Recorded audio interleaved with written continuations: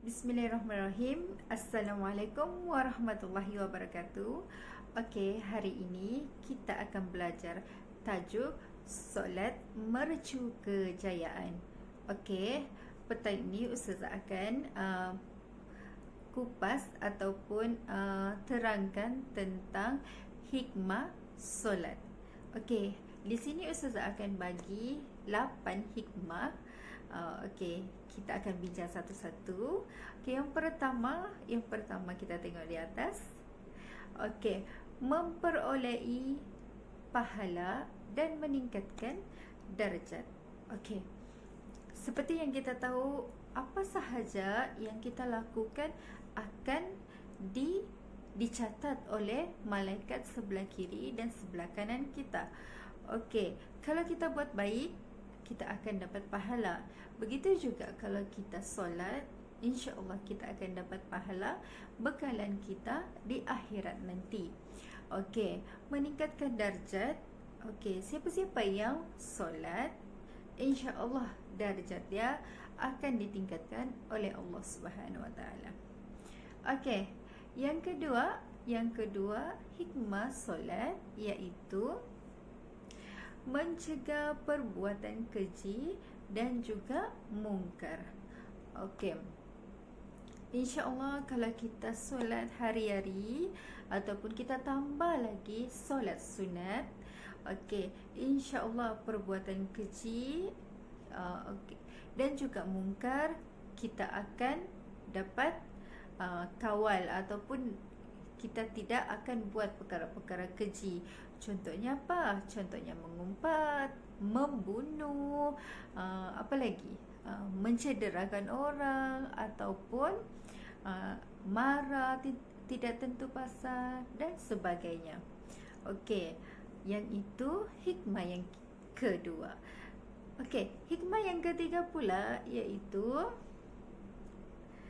membentuk disiplin dan juga akhlak yang baik. Membentuk disiplin diri kita dan juga membentuk akhlak yang baik. Okey, contohnya macam mana? Okey, macam mana? Contoh, bila kita solat, kita jaga solat kita. Contohnya masuk waktu asar ataupun masuk waktu maghrib, kita sudah bersiap sedia untuk ambil wuduk awal. Okey, untuk bersihkan diri kita supaya kita dapat menunaikan solat di awal waktu. Okey, begitu juga dengan akhlak yang bagus. Sebab bila kita terapkan etika disiplin dalam diri kita melalui solat, automatik kita punya akhlak pun akan terjaga. Contohnya apa? Menepati masa, bercakap sopan santun dan sebagainya. Okey, hikmah yang keempat iaitu penawar stres dan juga tekanan perasaan. Okey. Dalam keadaan kita sekarang ni, banyak yang duduk di rumah kan, ada yang ibu bapa hilang pekerjaan dan juga sebagainya, tidak dapat ke mana-mana sebab PKPB kan. Okey, sebab virus COVID ini. Okey, dan mungkin ramai yang tertekan.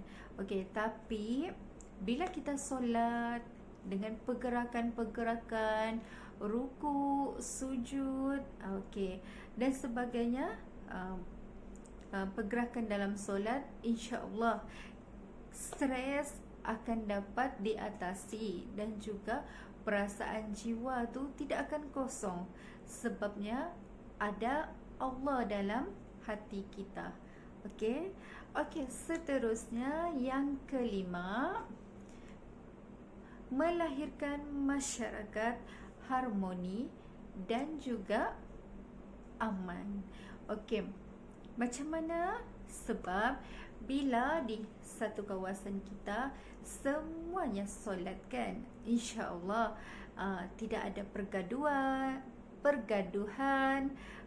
tidak ada mengumpat, tidak ada yang mencuri dan sebagainya. Tidak ada perkara-perkara yang membolehkan masyarakat bergaduh ataupun berpecah belah. Okey, seterusnya hikmah yang kelima. Hikmah yang kelima kita tengok, hidup selamat, diberkati dan dikasihi oleh Allah Subhanahu Wa Taala. Okey, macam mana hidup kita selamat? Okey, dengannya solat kita minta doa. Dalam solat tu kita doa. Maksud solat pun maksudnya yang umum adalah doa, kan? Okey, dalam solat kita minta doa, insya-Allah Allah akan kabulkan. Dan juga bila kita solat, hidup kita dirahmati dan diberkati oleh Allah Subhanahu Wa Taala. Okey. Dan seterusnya yang nombor 7, iaitu memberi kebahagiaan hidup dan juga ketenangan jiwa. Okey, macam Ustazah cakap tadi pasal stres, kan? Okey, bila kita solat, kita rasa tenang. Okey, hikmahnya pada kita akan hidup tenang. Apa pun yang berlaku, kita serahkan pada Allah Subhanahu Wa Taala. Di dalam solat, kita akan berdoa. Kita akan mengadu dengan Allah. Ya Allah, aku sakit ni, ya Allah.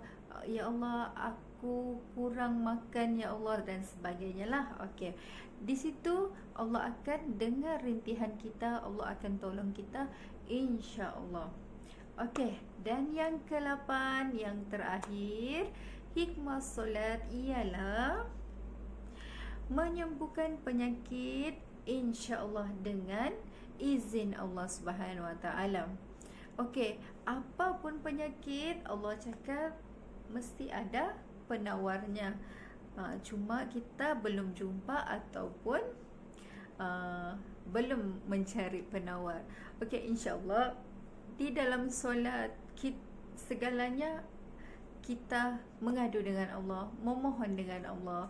Okey, kita mohon sakit kita diangkat, diberi kesembuhan dan sebagainya. Okey, dan siapa-siapa pun yang solat, insya-Allah akan sentiasa gembira dan juga sentiasa hati dia baik dan tenang. Okey, itu sahaja dari Ustazah hari ini. Hikmah solat ataupun hikmah menunaikan solat yang di bawah tajuk solat mercu kejayaan. Okey, wabillahi taufik wal hidayah. Wassalamualaikum warahmatullahi wabarakatuh.